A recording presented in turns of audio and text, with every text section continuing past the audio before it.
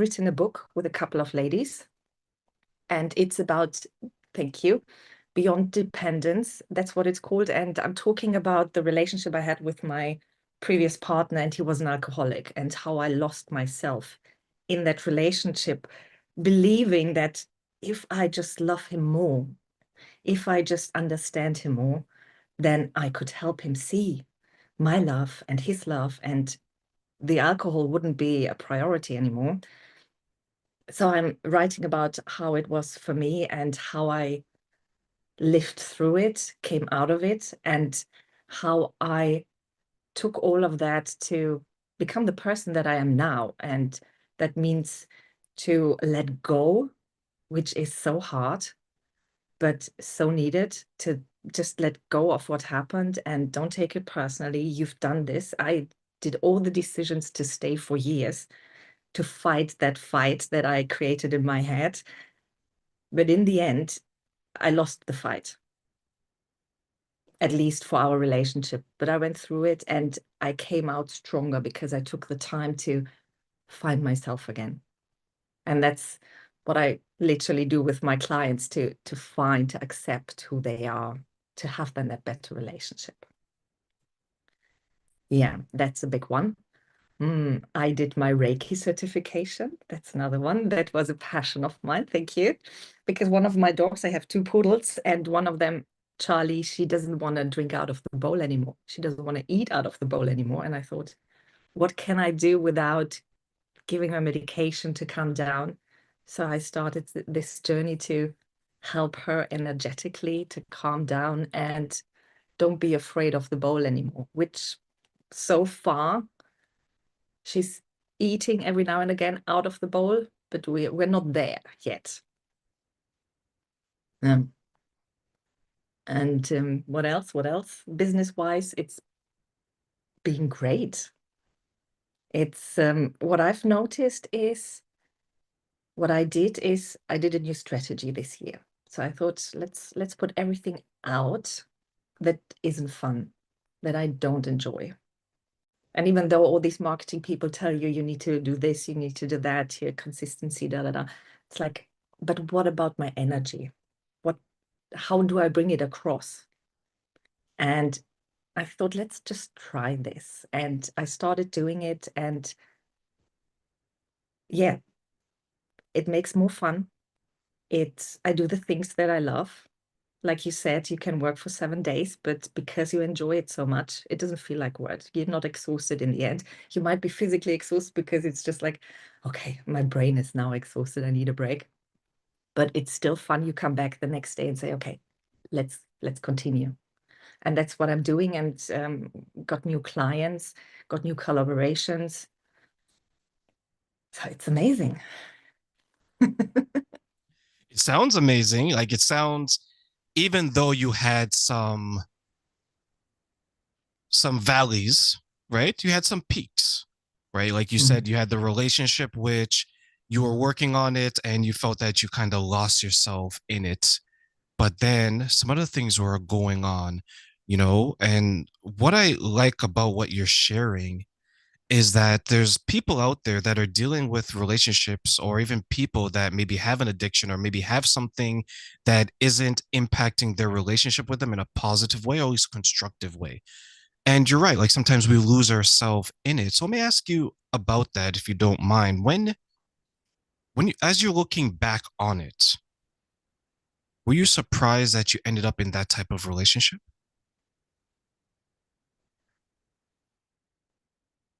Yes and no.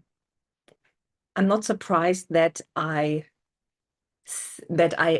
ended up in that relationship, in the sense of, I'm not surprised that he was an alcoholic, because you never know. I didn't know it. I didn't recognize the signs until 1.5 years into the relationship, until we've moved in together. And then I saw all the signs, like hidden bottles, and me coming home after lunch with a friend and he was drunk out on the sofa.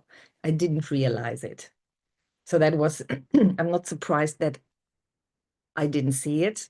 I'm surprised that I lost myself, because before that relationship, I was confident, and I left relationships because I didn't feel like this is the place to be. This is where I can be myself. This is where I get the love that I give out. So I was surprised that I followed this idea from, I would say, parents, as a family and friends who said, Anna, you're now in your 30s, and this is how relationships look like. You need to work through it. You need to stay. Don't be so judgmental. Don't be so picky, da da da. And I started listening to that, oh, this is how it's supposed to be. And I'm already 32 or 3 at the time. Now I need to make this work. I'm surprised that I walked into that little box and I thought that it was me who can change it and me who is to blame for. That surprises me. Yeah. Yeah, hearing the voices from the outside saying that you're of a certain age, this is Mm, how it is, accept it. I remember hearing that and I took a step back because, like you, I was told that. And then I just continued on. I'm like, okay, this is how it is, right? Like, you know what? I'm getting older and maybe I can get another girl that's going to be whatever. And then I mm, sat back one day and then I was like, this can't be life. mm. You know what I mean? It's like something just enters your mind and like it's not supposed to be this way. Did you have one of those moments where like, no, it's not supposed to be this way. It's supposed to be different. It's supposed to feel different. It was more subtle to me. I had the feeling that I came home from work and I didn't want to go in. I didn't want to go home because I knew he was at home. And it was like, that was when I thought, is this my life now? Is this now how it's supposed to be, that I come home and I don't want to be at home when he's there, and that I wait for him to leave again to go out and get drunk and sleep the next day? But to me, the moment where it changed, it was very, very subtle. I was out with a friend and I stepped out of the restaurant and it was like no big epiphany. It was just this thought that this is the end, without any explanation or justification for why and I deserve more or anything. It was just like this knowing this is where it ends. And that's how I walked home and told him, very calm, very no hate, no shame, no blame, nothing. Just like, look, this is where it ends. This is the end for us. How did that feel knowing that you invested your time, energy, effort, yourself, right? As you mentioned, you're losing yourself. How did it feel to come to that conclusion and then decide, okay, you know what, I need to do this not only for myself, but maybe even for him? Like I said, there was nothing like that. It was just like, this is the way forward. It doesn't matter what happened in the past. It happened, yeah. And I learned so much about me, about him, about relationships. So it was just like, I know this is my way now, my path forward, full stop. Not looking back at, oh my God, 5 years just thrown out of the window or anything. Nothing, no regrets. It was just like, let's move forward. So as you're moving forward now, how do you how do you I guess my question is, if you were to coach someone now, if there's like, let's say a man or a woman in a similar situation, right? And they're looking to move forward and they are moving forward. What advice would you want to give them to help them to continue to move forward in the direction that they want to move in?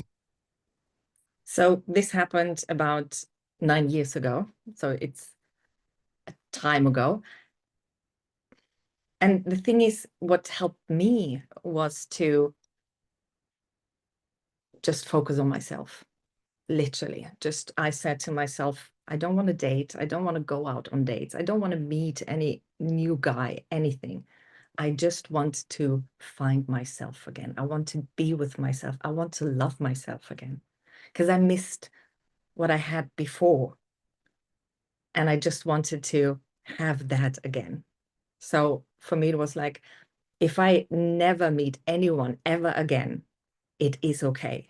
There was no fear. There was no, oh my God, but I want a family. I want this. I'm in my 30s, mid 30s. Oh my God, what will the people think? It doesn't matter because no one else is living my life apart from me. So I wanted me again. And that's my advice to the people out there. Focus on yourself, do what's right for you. And what happened is, while I was doing that, I became a stronger person. And we know, everyone knows about this energy, your vibration. And when you find yourself again, when you love yourself again, you attract a different kind of people. Yeah. Your energy gets matched. And if you're in a low energy, that's what you get. And if you raise it by focusing on yourself, not in a selfish way that's saying, oh my God, everyone is bad, but you get this confidence to say, no, this isn't good for me. This isn't the cherry on top. This is just someone who wants to have my energy. That's not good enough. And I'm okay moving away because I didn't feel the need to have someone. It was more like, let's see what comes, but there isn't anything that I want to come. And we go from there. I remember speaking to a man, and he shared that his the girl that he was dating at the time had a shopping addiction, right? Mm. And it put them in a difficult situation because he'd be earning the money and then she'd be earning, but she would spend, spend, spend. And there's times where it impacted the ability to, let's say, pay for their mortgage, their other debts, food. And when he decided to have a conversation similar to you and say that, you know what, I need to move forward. What has happened has happened. I just need to take my life in a different direction. One of the struggles that he went through that he was sharing is that he began to have a little bit of an identity crisis because he was this man with this woman for so long. Now that he's breaking free from it and he's moving forward, he has to like rediscover himself. Mm-hmm. And he was unsure what that looked like. He was unsure what that was going to be, but he knew that he could no longer be the past him. And then when I look at some of the relationships I left, I think I've gone through something similar where I'm like, okay, my life is going in this direction. I don't think my partner at the time can continue with me or even my friends, because as you mentioned, right, it's not a bad thing. It's just I'm I'm earning for more. I want Mm. something different. Do you think sometimes people stay in the situation not because they don't realize that it's bad, because maybe they are afraid of the unknown, which could be them moving forward? Yes, definitely. The unknown and the fear of the financial situation. What if I now have to pay for everything myself? Can I manage it? Where do I live? There are so many questions, so much changes, particularly if you live together. And then, okay, now I'm all by myself. And that is scary. And I have clients who just stay because of that, because they're so afraid of, I don't know how it's going to be. No?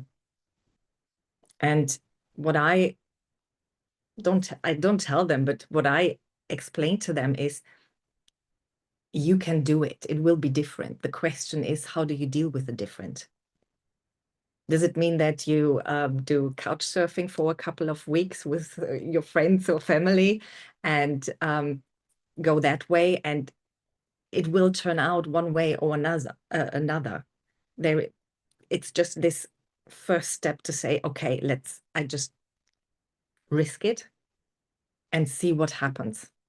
And I think what's important is to have that belief in yourself that you can do it, even though you don't know what's coming, but there is some spark in you that says, whatever comes, I can handle it. It might not be beautiful and amazing to start with, but I can handle it. And I think that's where we need to start to build that trust in oneself.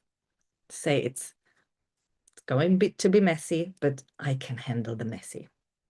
Because I had messy and I handled that. And now it's time to have a different messy.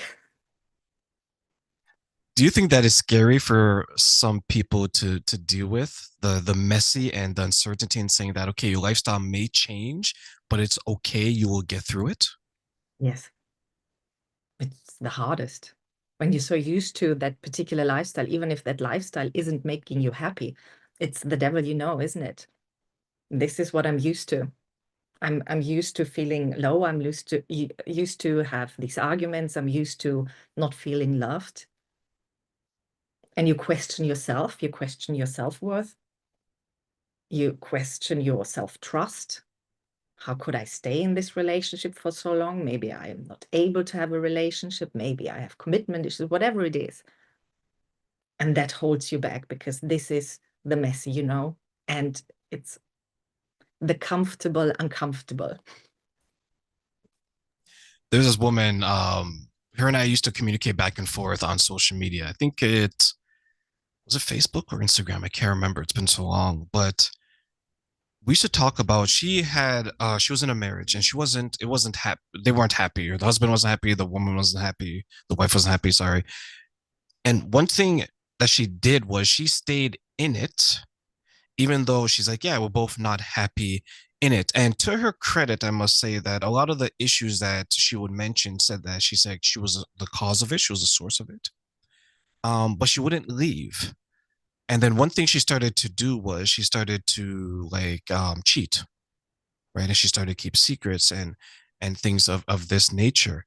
And I remember asking her a question. I was like, "Well, if you think that you're the one who's contributing the majority of the issues, and it seems like you're not happy because you're stepping out," she's like, I asked her, I was like, "Why don't you just leave the relationship, right? Like, be happy not only for yourself, but be happy for like he could be happy because you both aren't happy together, and the children, so on and so forth."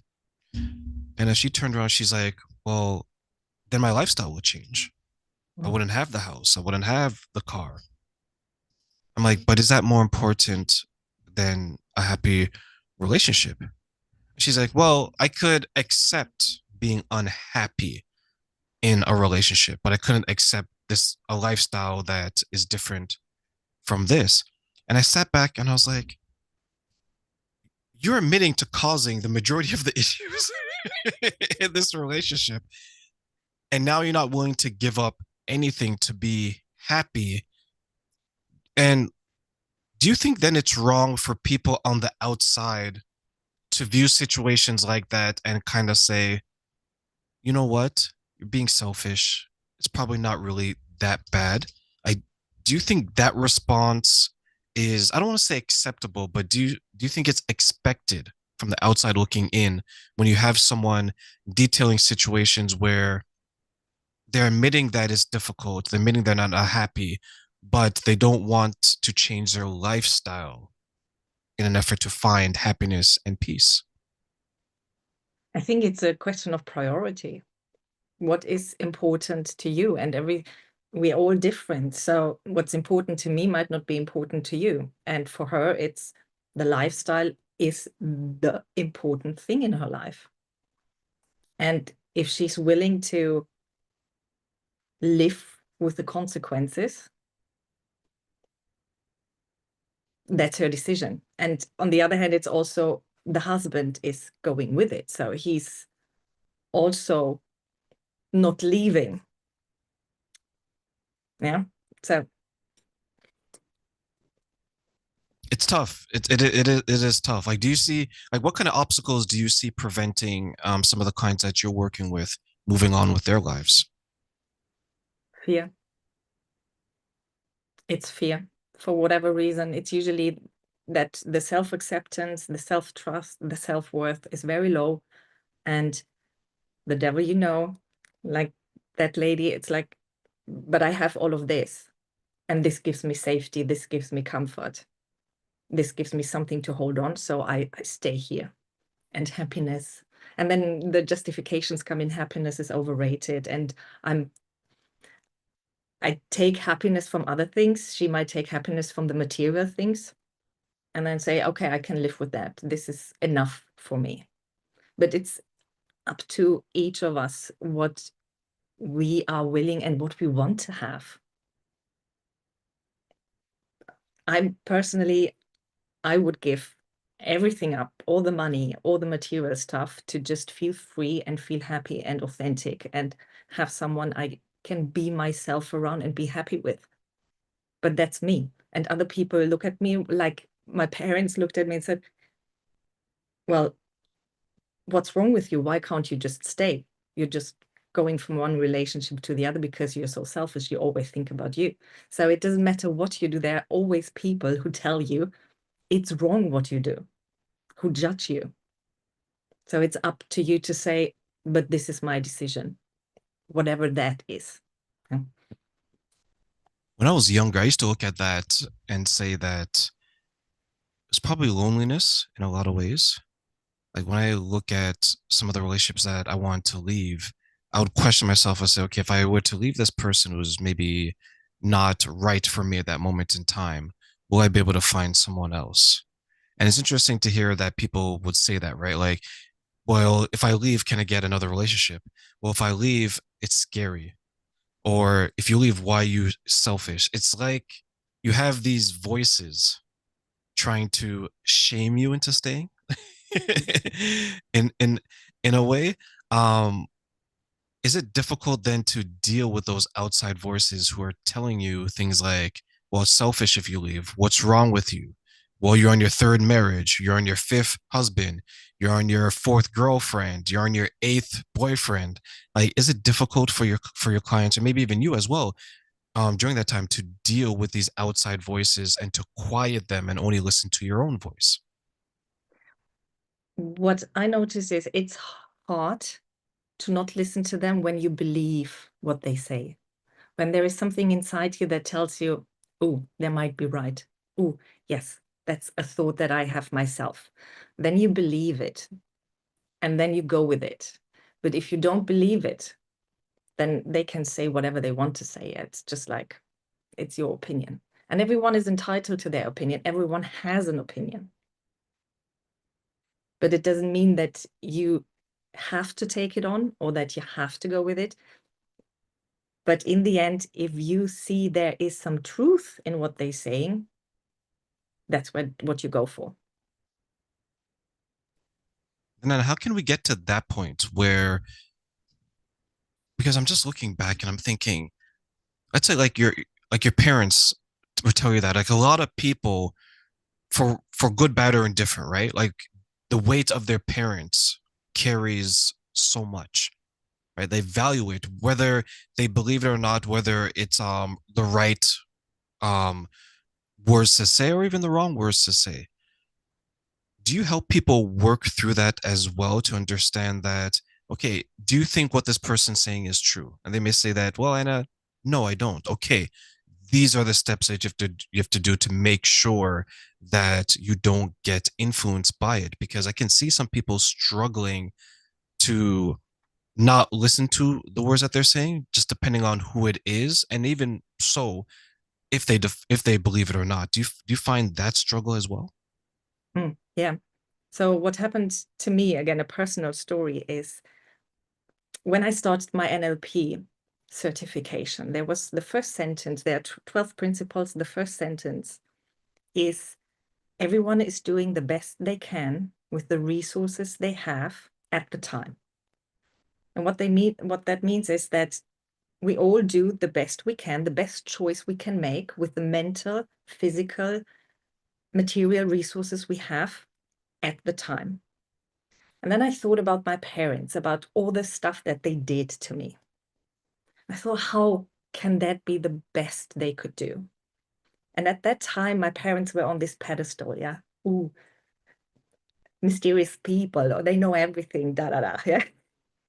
And I thought, oh my God, they probably didn't have the mental capacity at the time to do it differently, to listen more to me. That's why they shouted at me. That's why they tried to do whatever they did. And what happened is I took them down from that pedestal and just saw them as people with the good, the bad, the ugly, with their flaws, with their challenges, with their self-doubts. Everything that I carry, I thought, oh my God, they carry that as well. Even though they are older, wiser, have more life experience, and are my parents, they are just people who carry the same shit as I do. And that changed my mental representation of my parents to me. I could see them just as humans and not as these people who know better, who could tell me and I could believe. It was a different filter. It's like, oh yeah, you're carrying all of this with you, all this baggage. Interesting. Now, if you say something to me, or if my parents now say something to me, it's like, interesting. How do you filter that? It's more questioning what is the meaning behind what they are saying, but it's not taken personally anymore because they're not on that pedestal anymore. Because it's not that ultimum that what they say, that is the right thing. It's just some person telling me something. And what I do with it, that's my decision. Yeah, that's up to me. That's my responsibility. I could listen and say, oh, yeah, you're right. Or I could say, no. And I think that's what helps people going through it too. We want to believe these people who are on this pedestal. We love to put people on a pedestal and think because they have all these certifications, academical acknowledgements, da da da. They know something. So we put them on this pedestal and we believe everything they say. But if we just take them down in one row with us here, like we're all the same, it changes. And then you can build more self-trust in yourself by seeing, okay, where does that come from? Why are they saying that? Questioning, being curious, open, not in a negative way, like, oh, he has no idea, but more, why would he say that? What drives him? What goes on in his mind to say that to me? And then you, again, pick and choose what do you want to believe. Do you think more people need to do that, what you just described? Yeah. Yeah. I have that often with clients that with their parents, with their partner, with their children, that they put all these people on these pedestals. And now it's like you want to please them because they are these shiny people on that pedestal. So you do everything that you can to make it right to them. And that's exhausting. And as soon as you put them down and say, okay, we're all the same. You're not more worth than me. You have not more insight into my life than I have. You might have a different perspective, but that's all. And as soon as we do that, it's like we can be open and curious and question what is behind all of that. I remember the day that I took my family off of the pedestal and I took them out of the glass box, as I like to say. Um, when I did that, I found that I was able to resolve so many issues that I was having with them, Mhm. right? From them not being present in my childhood, from the disappointment, from the lack of closeness. When I started to view them as regular people and not how people are told that, well, it's your parents that can do no wrong. And you hear all Mhm. these stories about parents abusing their children, human trafficking, sex trafficking, and people are like, well, they're your mom and dad. You gotta, you know, you gotta accept it, right? I began to understand that they have flaws like everyone else. They're flawed internally, like so many people. They're trying their best, like you mentioned. They will fall, they will rise, they will make mistakes, and some of the mistakes may be hurtful. Once I was able to do that, I began feeling at peace because no, I didn't want to be right. I wanted to be happy. And I Mhm. think sometimes a lot of people confuse the two. They're like, well, no, they did this to me and they have to do this. I'm like, okay, that's fine. But how long are you going to wait for them to do what they have to do instead of you doing what you need to do. And I mentioned that because I know some of the dangers that I have experienced and maybe so many other people experience when they refuse to view certain people for what they are Mm. as human beings that do make mistakes, but they also do some good things.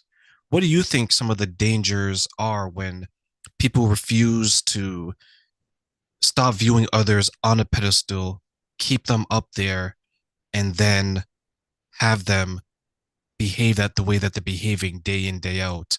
What do you think some of the dangers are to the people who refuse to not view them on a pedestal and take them out of the glass box? So I had a client and she said she's not ready to do that, to not put her parents down.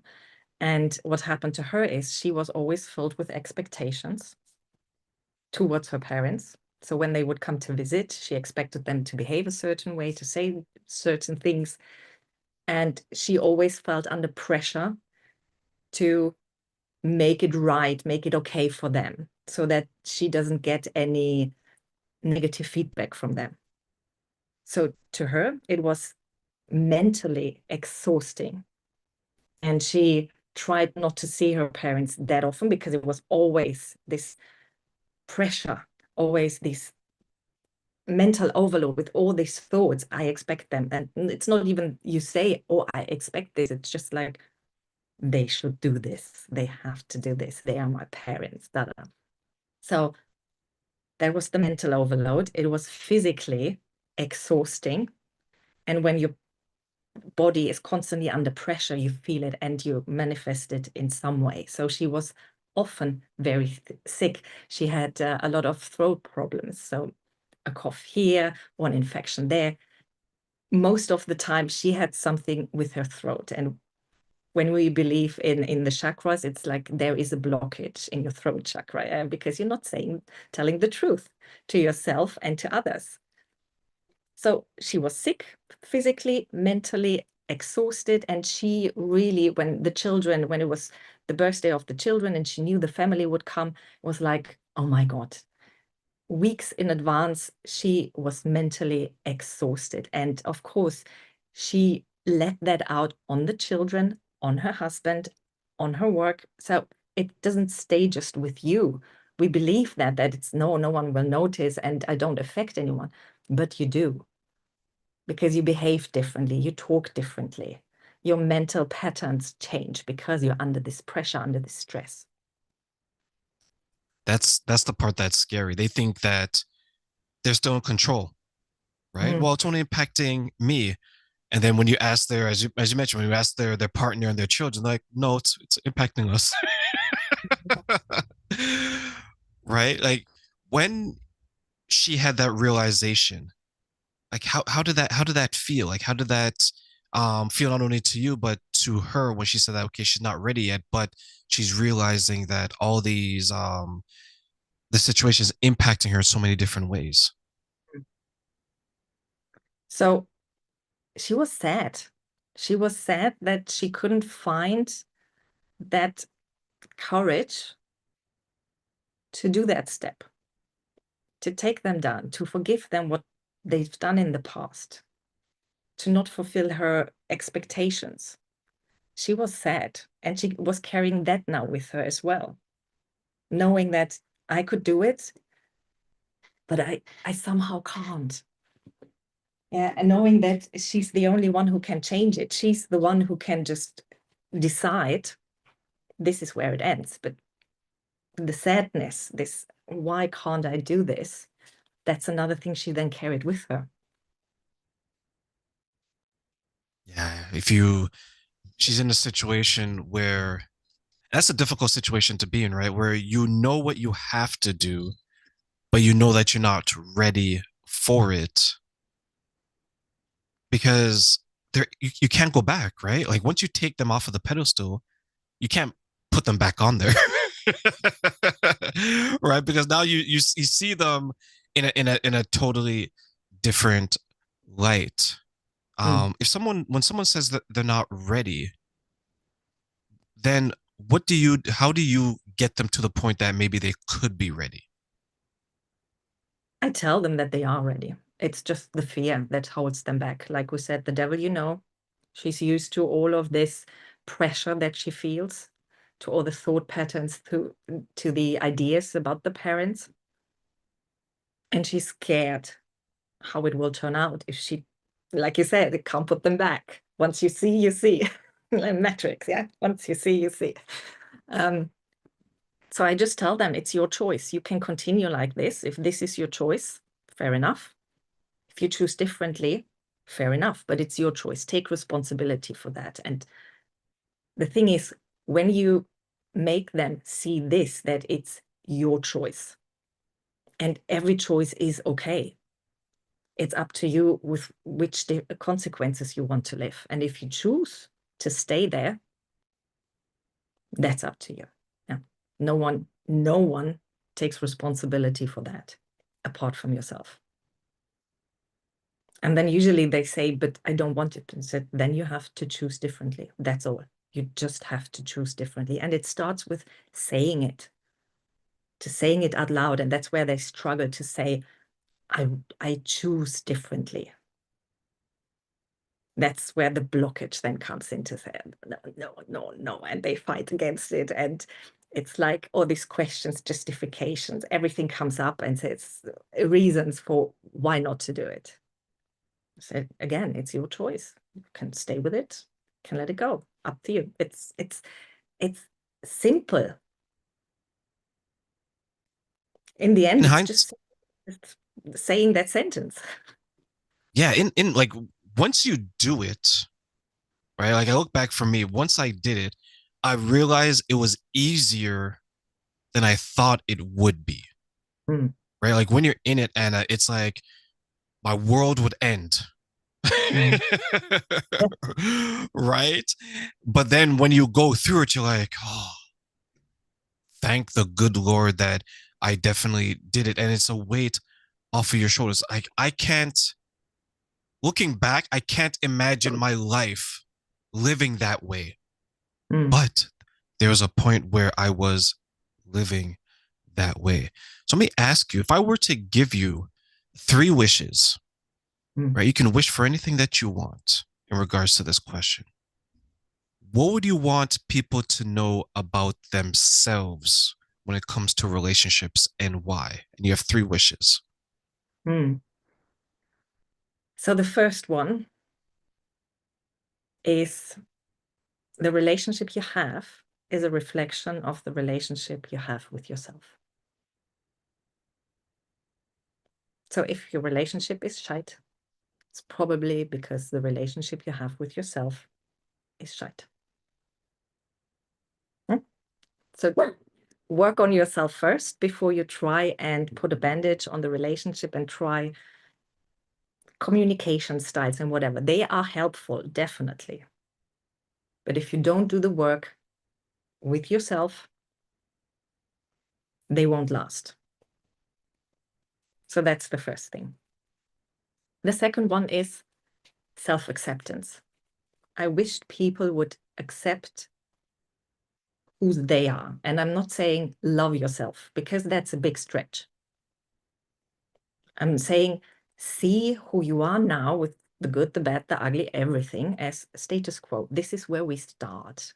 And what do we want from here? Where do we want to go?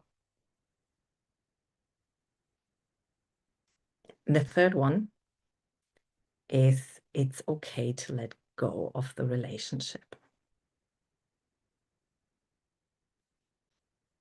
There are plenty of fish in the sea. If you're in a relationship and you do the work and you accept yourself and you are the one putting the effort in and do it in a way from the heart, being kind and curious and open, and your partner is resisting for whatever reason, they have their reasons, it's okay to let go. It's okay to leave. Because I see this so often, particularly when couples have children that they say, but for the sake of the children. But in the end, you show the children that it's okay to be unhappy, to have these struggles in a relationship. So you teach them this is the way to do. So that's what they continue having in their relationships.